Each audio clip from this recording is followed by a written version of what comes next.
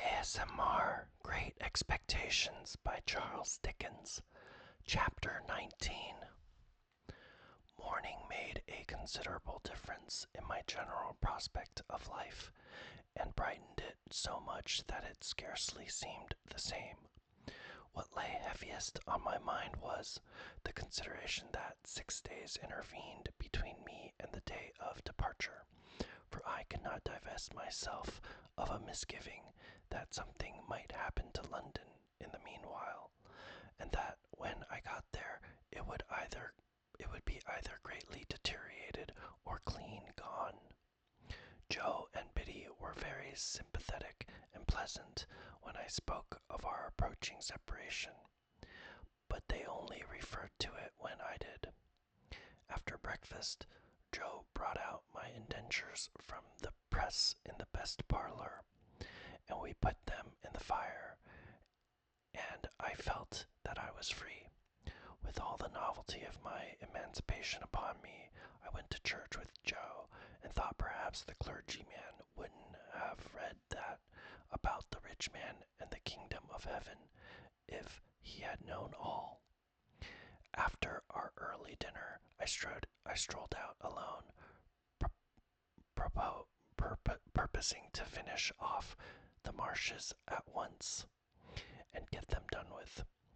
As I passed the church, I felt, as I had felt during service in the morning, a sublime compassion for the poor creatures who were destined to go there, Sunday after Sunday, all their lives through, and to lie obscurely at last among the low green mounds. I promised myself that I would do something for them one of these days, and formed a plan in outline for bestowing a dinner of roast beef and plum pudding, a pint of ale, and a gallon of condescension upon everybody in the village. If I had often thought before, with something allied to shame, of my companionship with the fugitive whom I had once seen limping among those graves, what were my thoughts on this Sunday, when the place recalled the wretch, ragged and shivering, with his felon iron and badge? My comfort was that it happened a long time ago, and that he had doubtless been transported a long way off, and that he was dead to me, and might be veritably dead into the bargain. No more low, wet grounds, no more dikes and sluices, no more of these grazing cattle, though they seemed in their dull manner to wear a more respectful air now, and to face round, in order that they might stare as long as possible at the possessor of such great expectations.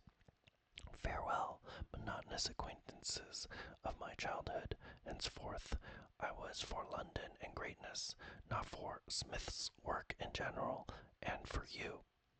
I made my exultant way to the old battery, and, lying down there to consider the question whether Miss Havisham intended me for Estella, fell asleep. When I awoke, I was much surprised to find Joe sitting beside me, smoking his pipe. He greeted me with a cheerful smile on my opening my eyes, and said, as being the last time, Pip, I thought I'd follow. And Joe, I am very glad you did so. Thank ye, Pip. You may be sure, dear Joe, I went on, after we had shaken hands, that I shall never forget you. No, no, Pip, said Joe, in a comfortable tone. I am sure of that. Aye, aye, old chap, bless you. It were only necessary to get it well round in a man's mind to be certain on it, but it took a bit of time to get it well round. The change come so uncommon plump, didn't it?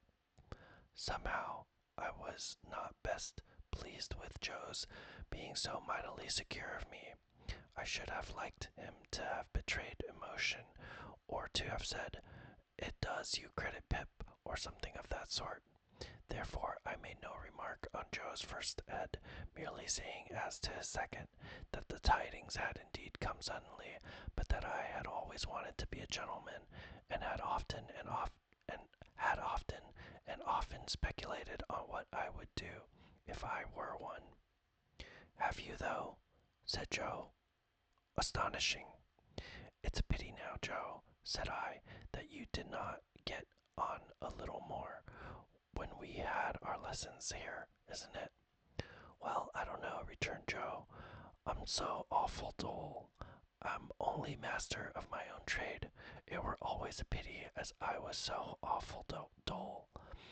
But it's no more of a pity now than it was this day 12-month. Don't you see? What I had meant was that when I came into my property and was able to do something for Joe, it would have been much more agreeable if he had been better qualified for a rise in station. He was so perfectly innocent of my meaning, however, that I thought I would mention it to Biddy in preference. So when we had walked home and had had tea, I took Biddy into our little garden by the side of the lane, and after throwing out in a general way for the elevation of her spirits that I should never forget her, said I had a favor to ask of her. And it is, Biddy, said I, that you will not omit any opportunity of helping Joe on a little. How helping him on? Asked Biddy with a steady sort of glance. Well, Joe is a dear good fellow. In fact, I think he is the dearest fellow that ever lived, but he is rather backward in some things. For instance, Biddy, in his learning and his manners. Although I was looking at Biddy as I spoke, and although she opened her eyes very wide when I had spoken, she did not look at me. Oh, his manners. Won't his manners do then? Asked Biddy, plucking a black currant leaf. My dear Biddy, they do very well here. Oh, they do very well here, interrupted Biddy, looking closely at the leaf in her hand. Hear me out. But if I were to remove Joe into a higher sphere, as I shall hope to remove him when I fully come into my property, they would hardly do him justice. And don't you think he knows that? Asked Biddy. It was such a very provoking question, for it had never in the most distant manner occurred to me, that I said snappishly, Biddy, what do you mean? Biddy, having rubbed the leaf to pieces between her hands, and the smell of a black currant bush, as ever since recalled to me that evening in the little garden by the side of the lane, said, have you never considered that he may be proud? Proud, I repeated with disdainful emphasis. Oh, there are many kinds of pride, said Biddy, looking full at me and shaking her head. Pride is not all of one kind. Well, what are you stopping for? Said I. Not all of one kind, resumed Biddy. He may be too proud to let anyone take him out of a place that he is competent to fill, and fills well, and with respect. To tell you the truth, I think he is, though it sounds bold in me to say so, for you must know him far better than I do. Now, Biddy, said I am very sorry to see this in you. I did not expect to see this in you. You are envious, Biddy, and grudging. You are dissatisfied on account of my rise in fortune, and you can't help showing it. If you have the heart to think so, returned Biddy, say so over and over again. If you have the heart to think so. If you have the heart to be so, you mean, Biddy, said I, in a virtuous and superior tone. Don't put it off upon me. I am very sorry to see it, and it's a bad side of human nature. I did intend to ask you to use any little opportunities you might have after I was gone of improving, dear Joe. But after this I ask you nothing. I am extremely sorry to see this in you, Biddy. I repeated, it's a bad side of human nature. Whether you scold me or approve of me, returned poor Biddy, you may equally depend upon my trying to do all that lies in my power here at all times, and whatever opinion you take away of me shall make no difference in my remembrance of you. Yet a gentleman should not be unjust, neither, said Biddy, turning away her head. I again warmly repeated that it was a bad side of human nature, in which sentiment, waiving its application, I have since seen reason to think I was right. And I walked down the little path away from Biddy, and Biddy went into the house, and I went out at the garden gate and took a dejected stroll until supper time, again feeling it very sorrowful and strange that this, the second night of my bright fortunes, should be as lonely and unsatisfactory as the first. But morning once again brightened my view, and I extended my clemency to Biddy, and we dropped the subject. Putting on the best clothes I had, I went into town as early as I could hope to find the shops wide open, and presented myself before Mr. Trabb, the tailor, who was having his breakfast in the parlor behind his shop, and who did not think it worth his while to come out to me, but called me in to him. "Well," said Mr. Trabb, in a hail fellow well met kind of way, "how are you, and what can I do for you?" Mr. Trabb had sliced his hot roll into 3 feather beds, and was slipping butter in between the blankets and covering it up. He was a preposterous old bachelor, and his open window looked into a preposterous little garden and orchard, and there was a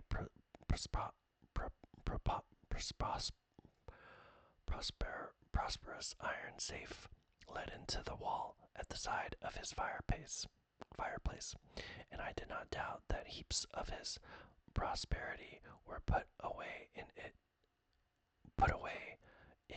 in bags. "Mr. Trabb," said I, "it's an unpleasant thing to have to mention, because it looks like boasting, but I've come into a handsome property." A change passed over Mr. Trabb. He forgot the butter in bed, got up from the bedside,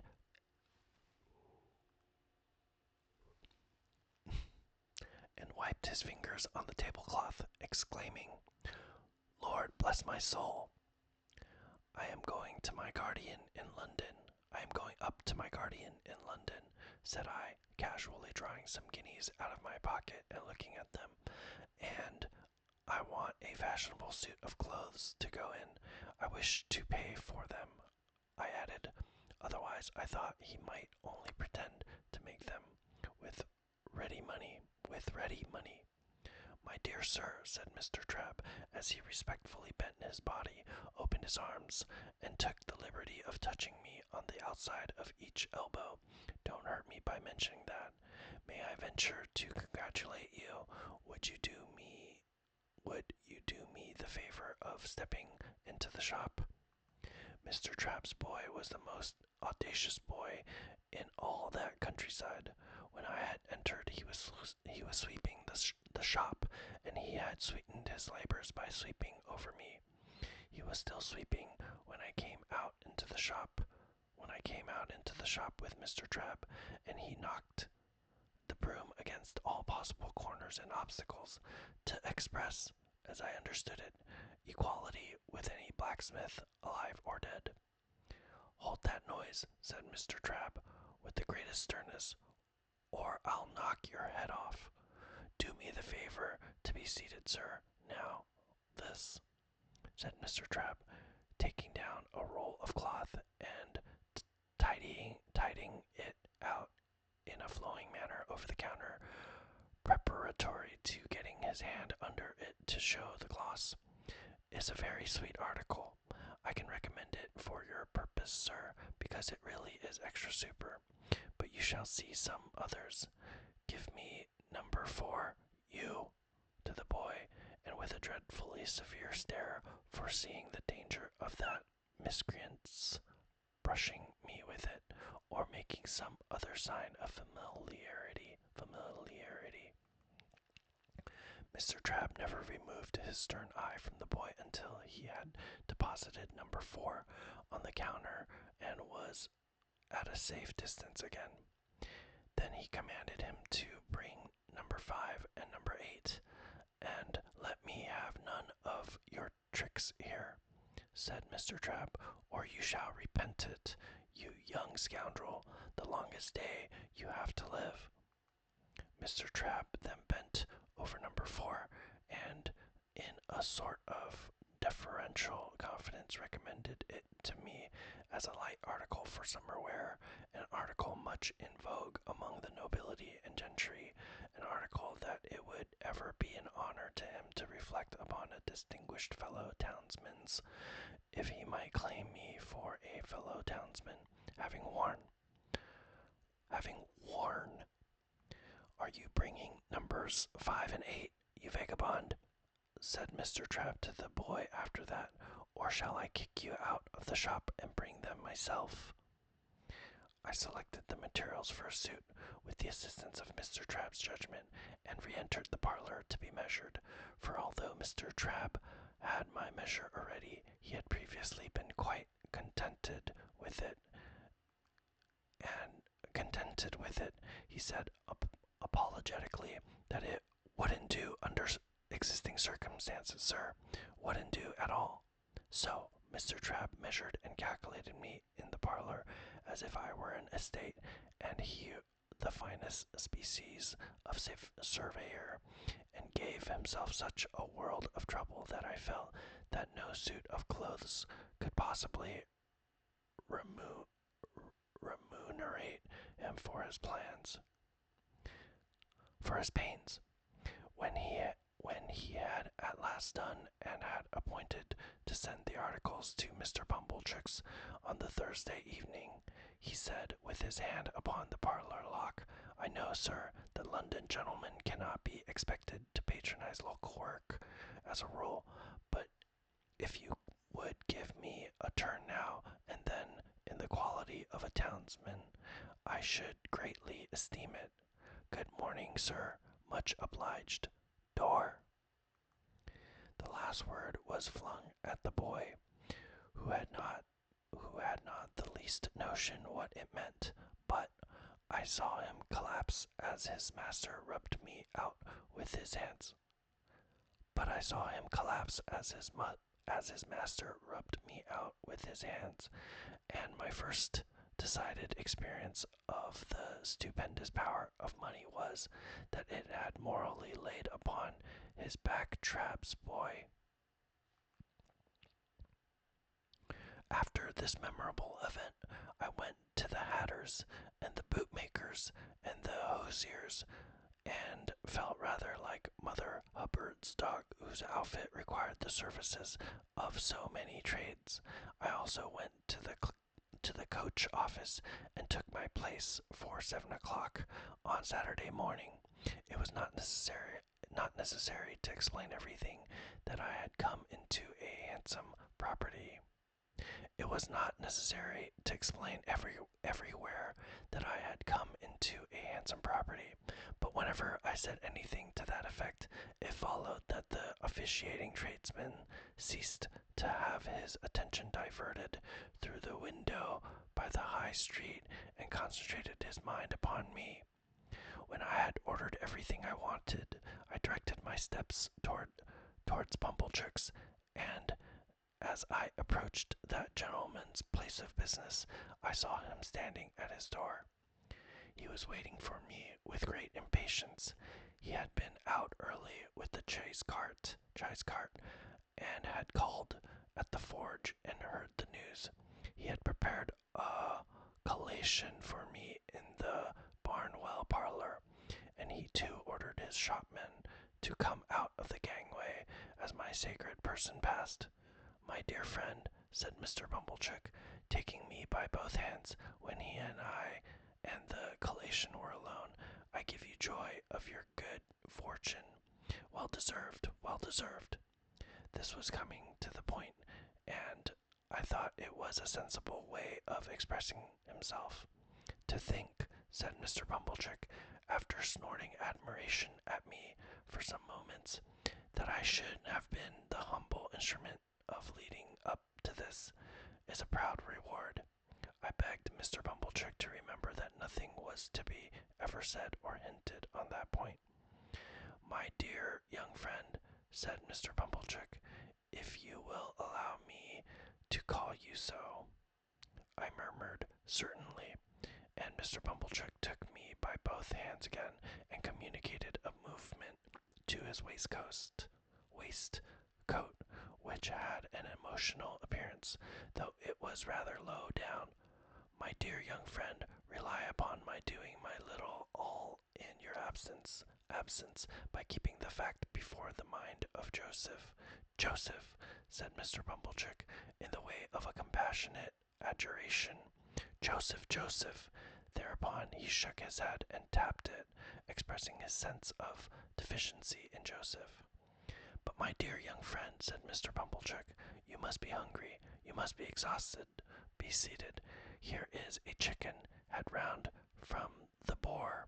Here is a tongue, head round from the boar. Here's one or two little things, head round from the boar, that I hope you may not despise. But do I, said Mr. Pumblechook, getting up again, the movement after he had sat down. See afore me him as I ever sported with in his times of happy infancy, and may I, this may I meant might he shake hands. I consented, and he was fervent, and then sat down again. Here is wine, said Mr. Pumblechook. Let us drink. Thanks to fortune, and may she ever pick out her favorite with equal judgment.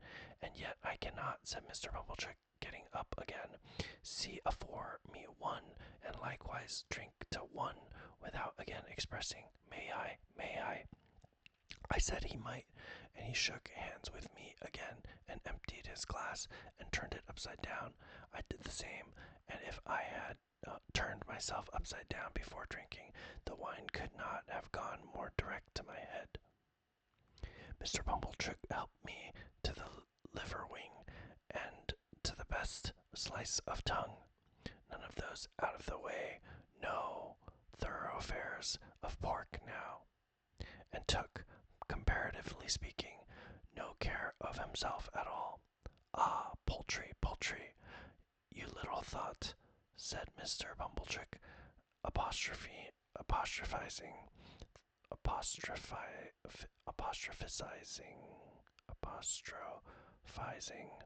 the fowl in the dish when you was a young fledgling, what was in store for you.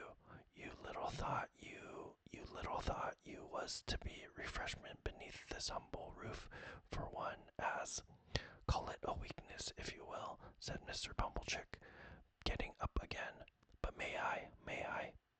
It began to be unnecessary to repeat the form of saying he might. So he did it at once. How he ever did it so often without wounding himself with my knife, I don't know. And your sister, he resumed, after a little steady eating, which had the honor of bringing you up by hand, it's a sad picture to reflect that she no longer equal to fully understanding the honor. May, I saw he was about to come at me again, and I stopped him. We'll drink her health, said I. Ah, cried Mr. Pumblechook, leaning back in his chair, quite flaccid with admiration. That's the way you know him, sir. I don't know who sir was, but he certainly was not I, and there was no third person present. That's the way you know the noble-minded, sir, ever forgiving and ever affable. It might, said the servile Pumblechook, putting down his untasted glass in a hurry and getting up again, to a common person, have the appearance of repeating, but may I? When he had done it, he resumed his seat and drank to my sister. Let us never be blind, said Mr. Pumblechook, to her faults of temper, but it is to be hoped she meant well. At about this time I began to observe that he was getting flushed in the face. As to myself, I felt all face steeped in wine and smarting. I mentioned to Mr. Pumblechook that I wished to have my new clothes sent to his house, and he was ecstatic ecstatic on my so distinguishing him. I mentioned my reason for desiring to avoid observation in the village, and he lauded it to the skies. There was nobody but himself, he intimated, worthy of my confidence, and, in short, might he. Then he asked me tenderly if I remembered our boyish games at sums, and how we had gone together to have me bound apprentice, and, in effect, how he had ever been my favorite fancy and my chosen friend. If I had taken 10 times as many glasses of wine as I had, I should have known that he never had stood in that relation towards me, and should in my heart of hearts have repudiated the idea. Yet, for all that, I remember feeling convinced that I had been much mistaken in him, and that he was a sensible, practical, good-hearted prime fellow. By degrees, he fell into reposing such great confidence in me as to ask my advice in reference to his own affairs. He mentioned that there was an opportunity for a great amalgamation and monopoly of the corn and seed trade on those premises, if enlarged, such as had never occurred before in that or any other neighborhood. What alone was wanting to the realization of a vast fortune he considered to be more capital. Those were the two little words, more capital. Now it appeared to him, Pumblechook, that if that capital were got into the business through a sleeping partner, sir, which sleeping partner would have nothing to do but walk in, by self or deputy, whenever he pleased, and examine the books, and walk in twice a year, and take his profits away in his pocket, to the tune of 50%. It appeared to him that that might be an opening for a young gentleman of spirit combined with property, which would be worthy of his attention. But what did I think? He had great confidence in my opinion, and what did I think? I gave it as my opinion. Wait a bit. The united vastness and distinctness of this view so struck him that he no longer asked if he might shake hands with me, but said he really must, and did. We drank all the wine, and Mr. Pumblechook pledged himself over and over again to keep Joseph up to the mark, I don't know what mark, and to render me efficient and constant service, I don't know what service. He also made known to me for the first time in my life, and certainly after having kept his secret wonderfully well, that he had always said of me, that boy is no common boy, and, mark me, his fortune will be no common fortune. He said with a tearful smile that it was a singular thing to think of now, and I said so too. Finally, I went out into the air with a dim perception that there was some sounding unwanted,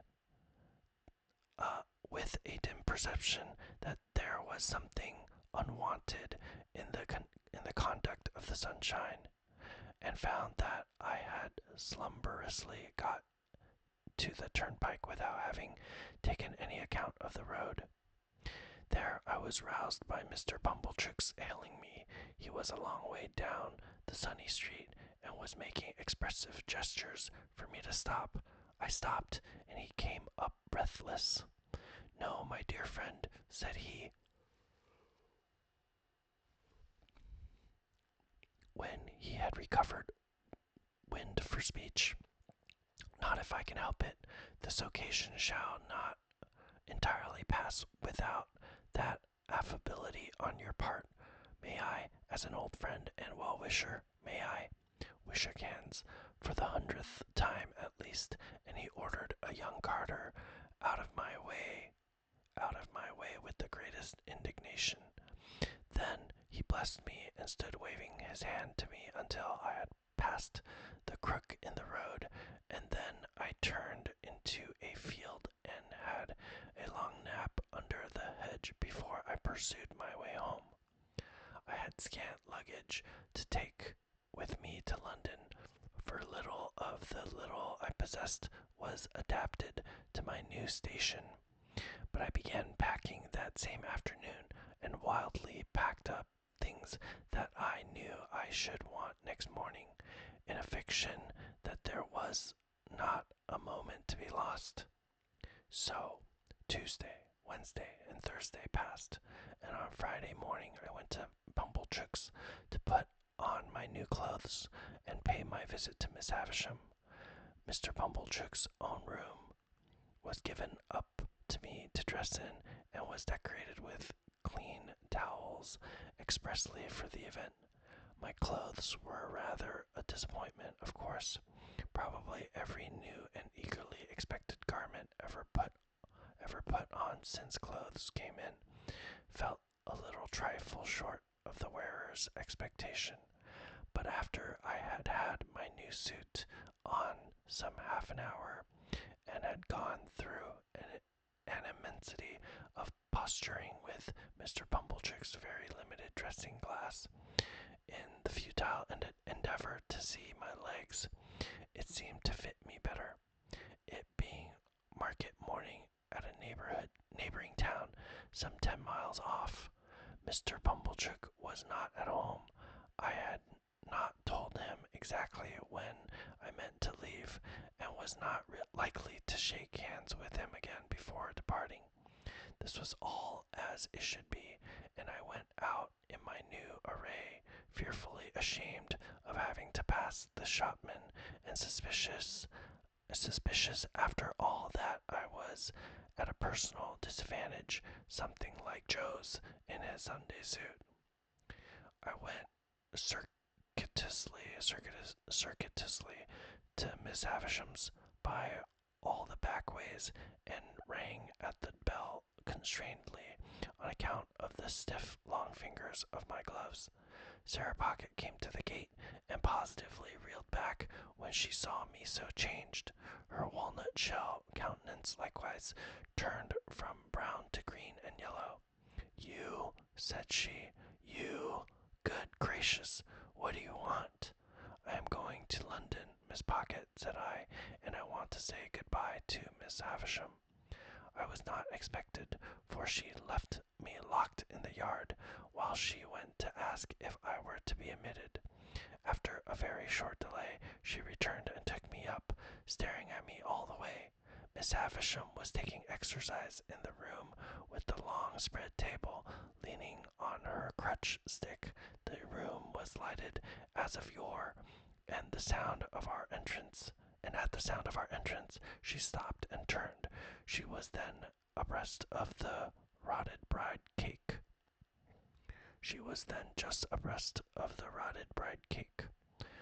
"Don't go, Sarah," said she. "Don't go, Sarah," she said. "Well, Pip, I start for London, Miss Havisham, to-morrow." I was exceedingly careful what I said, and I thought you would kindly not mind me taking leave of you. "This is a gay figure, Pip," said she, making her crutch stick play round me, as if she, the fairy godmother who had changed me, were bestowing the finishing gift. "I have come into such good fortune since I saw you last, Miss Havisham," I murmured, "and I am so grateful for it, Miss Havisham." "Aye, said she, looking at the discomfited and envious Sarah with delight. "I have seen Mr. Jaggers. I have heard about it, Pip. So you go to-morrow?" "Yes, Miss Havisham." "And you are adopted by a rich person?" "Yes, Miss Havisham." "Not named?" "No, Miss Havisham." "And Mr. Jaggers is made your guardian?" "Yes, Miss Havisham." She quite gloated on these questions and answers, so keen was her enjoyment of Sarah Pocket's jealous dismay. "Well," she went on, You have a promising career before you. Be good, deserve it, and abide by Mr. Jagger's instructions." She looked at me and looked at Sarah, and Sarah's countenance wrung out of her watchful face a cruel smile. "Goodbye, Pip. You will always keep the name of Pip, you know." "Yes, Miss Havisham. Goodbye, Pip." She stretched out her hand, and I went down on my knee and put it to my lips. I had not considered how I should take leave of her. It came naturally to me at the moment to do this. She looked at Sarah Pocket with triumph in her weird eyes, and so I left my fairy godmother with both her hands on her crutch stick, standing in the midst of the dimly lighted room beside the rotten bread cake that was hidden in cobwebs. Sarah Pocket conducted me down, as if I were a ghost who must be seen out. She could not get over my appearance, and was in the last degree confounded. I said, "Goodbye, Miss Pocket," but she merely stared and did not seem collected enough to know that I had spoken. Clear of the house, I made the best of my way back to Pumblechook's, took off my new clothes, made them into a bundle, and went back home in my older clothes, carrying it, to speak the truth, much more at my ease too, though I had the bundle to carry. And now those 6 days, which were to have run out so slowly, had run out fast and were gone, and tomorrow looked me in the face more steadily than I could look at it. As the 6 evenings had dwindled away to 5, to 4, to 3, to 2, I had become more and more appreciative of the society of Joe and Biddy. On this last evening I dressed myself out in my new clothes for their delight, and sat in my splendor until bedtime. We had a hot supper on the occasion, graced by the inevitable roast fowl, and we had some flip to finish with.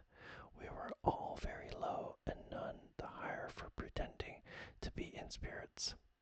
I was to leave our village at 5 in the morning, carrying my little hand portmanteau, and I had told Joe that I wished to walk away all alone.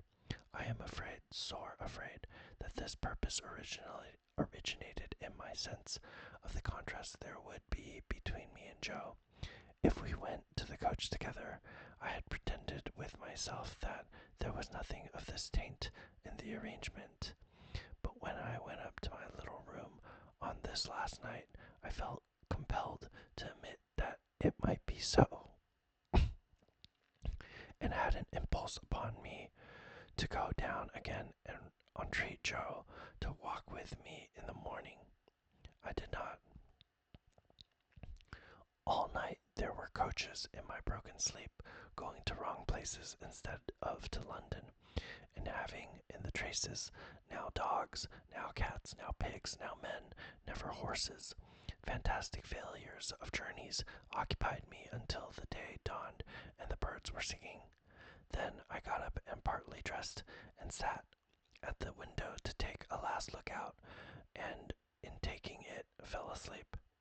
Biddy was astir so early to get my breakfast that, although I did not sleep at the window an hour, I smelt the smoke of the kitchen fire when I started up with a terrible idea that it must be late in the afternoon. But long after that, and long after I had heard the clinking of the teacups, and was quite ready, I wanted the resolution to go downstairs. After all, I remained up there, repeatedly unlocking and unstrapping my small portmanteau, and locking and strapping it up again, until Biddy called to me that I was late. It was a hurried breakfast, with no taste in it. I got up from the meal, saying with a sort of briskness, as if it had only just occurred to me, "Well, I suppose I must be off." And then I kissed kissed my sister, who was laughing and nodding and shaking in her usual chair, and kissed Biddy, and threw my arms around Joe's neck. Then I took up my little portmanteau and walked out. The last I saw of them was when I presently heard a scuffle behind me, and looking back, saw Joe throwing an old shoe after me, and Biddy throwing another old shoe. I stopped then to wave my hat, and dear old Joe waved his strong right arm above his head, crying huskily, "Hurrah!" And Biddy put her apron to her face. I walked away at a good pace, thinking it was easier to go than I had supposed it would be, and reflecting that it would never have done to have had an old shoe thrown after the coach in sight of all the high street. I whistled and made nothing of going, but the village was very peaceful and quiet, and the light mists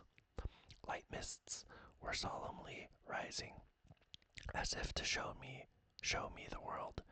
And I had been so innocent and little there, and all beyond was so unknown and great, that in a moment, with a strong heave and sob, I broke into tears.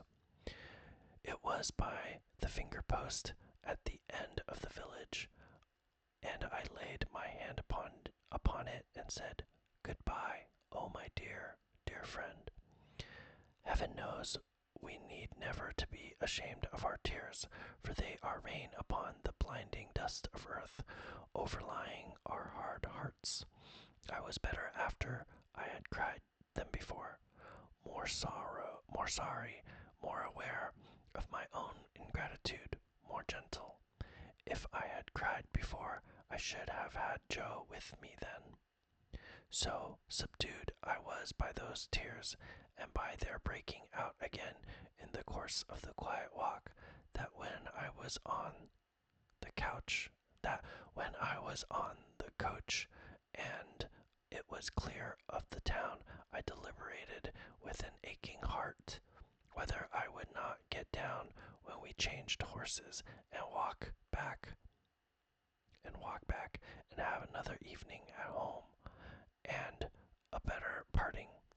We changed, and I had not made up my mind, and still reflected for my comfort that it would be quite practicable to get down and walk back when we changed again. And while I was occupied with these deliberations, I would fancy an exact resemblance to Joe in some man coming along the road towards us, and my heart would beat high, as if he could possibly be there. We changed again, and yet again, and it was now too late and too far to go back, and I went on, and the mists had all solemnly risen now, and the world lay spread before me. This is the end of the first stage of Pip's expectations.